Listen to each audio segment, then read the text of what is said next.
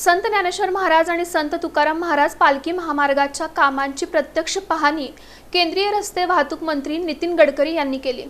श्री विठ्ठल रुक्मिणी मंदिर पंढरपूर, श्री स्वामी समर्थ मंदिर अक्कलकोट यासारखी महत्त्वाची देवस्थानं असलेल्या सोलापूर जिल्ह्यासाठी रस्ते जाळं मजबूतीचं महत्त्व मोठं आहे। या बाबी लक्षात घेऊन बांधण्यात आलेले हे महामार्ग प्रकल्प जिल्ह्यातील आध्यात्मिक स्थळांपर्यंत पोहोचण्यास भाविकांसाठी सुलभ झाले आहेत।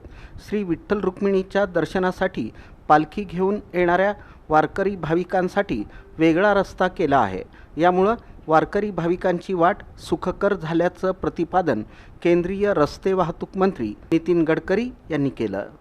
संत ज्ञानेश्वर महाराज आणि संत तुकाराम महाराज पालखी महामार्गाच्या कामांची प्रत्यक्ष पाहणी केंद्रीय रस्ते वाहतूक महामार्ग मंत्री नितीन गडकरी यांनी केली। यावेळी त्यांच्या समवेत पालकमंत्री जयकुमार गोरे, खासदार धैर्यशील मोहिते पाटील, आमदार सुभाष देशमुख, आमदार समाधान अवताडे, आमदार अभिजित पाटील, माजी खासदार रणजित सिंह नाईक निंबाळकर, माजी आमदार प्रशांत परिचारक, माजी आमदार रणजित सिंह मोहिते पाटील, माजी आमदार राम सातपुते, जिल्हाधिकारी कार्तिकेयन एस, पोलीस अधीक्षक अतुल कुलकर्णी, प्रांताधिकारी विजया पांगारकर, सचिन इथापे, राष्ट्रीय महामार्ग प्राधिकरणाचे प्रादेशिक अधिकारी अंशुमन श्रीवास्तव, राष्ट्रीय महामार्ग प्राधिकरणाचे अभिजित औटी तसंच इतर अधिकारी, मान्यवर आणि पदाधिकारी उपस्थित होते।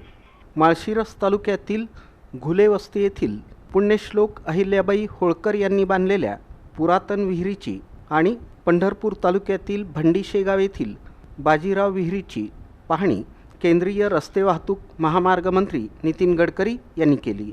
यावेळी त्यांच्या हस्ते वृक्षारोपण देखील करण्यात आलं। केंद्रीय मंत्री नितीन गडकरी यांनी बसनं प्रवास करत पालखी मार्गाची पाहणी केली।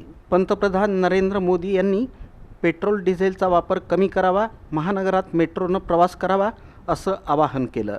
त्यांच्या आवाहनानुसार मंत्री नितीन गडकरी यांनी बसनं प्रवास करत संत ज्ञानेश्वर महाराज आणि संत तुकाराम महाराज पालखी महामार्गाच्या कामांची प्रत्यक्ष पाहणी केली।